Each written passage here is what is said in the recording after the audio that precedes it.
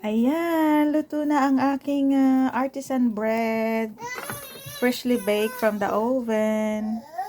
Medyo flattened lang siya kasi dapat, oh, Nia, what's going on? Mainit-init pa. Ang lambot.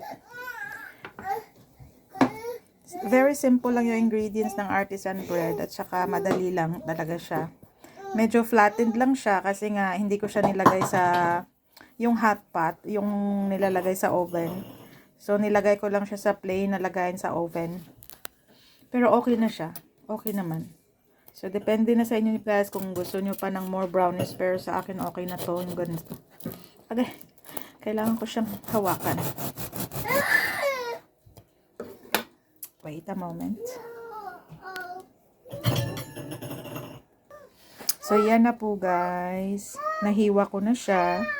Ang lambot po niya. Tapos crispy po yung top. Kaya, masarap talaga ng butter. Pwedeng pang almusal, merienda. Ang ingay ng mga voice over ko. Ayan na siya. Medyo mainit-init pa. Dapat pinapa-cool down muna siya. Bago hiwain. Pero gusto ko kasi yung mainit kasi lagyan ko siya ng butter. Gusto ko na talaga siyang kainin. Ang sarap nito.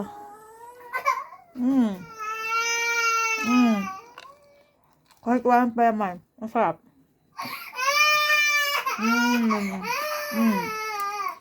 Dapat kasi lolobo yan. Pero flatten yung sa akin kasi nga malapad yung nilagyan ko. Pero pwede na. My goodness, yung voice over ko. Hello guys. Bye.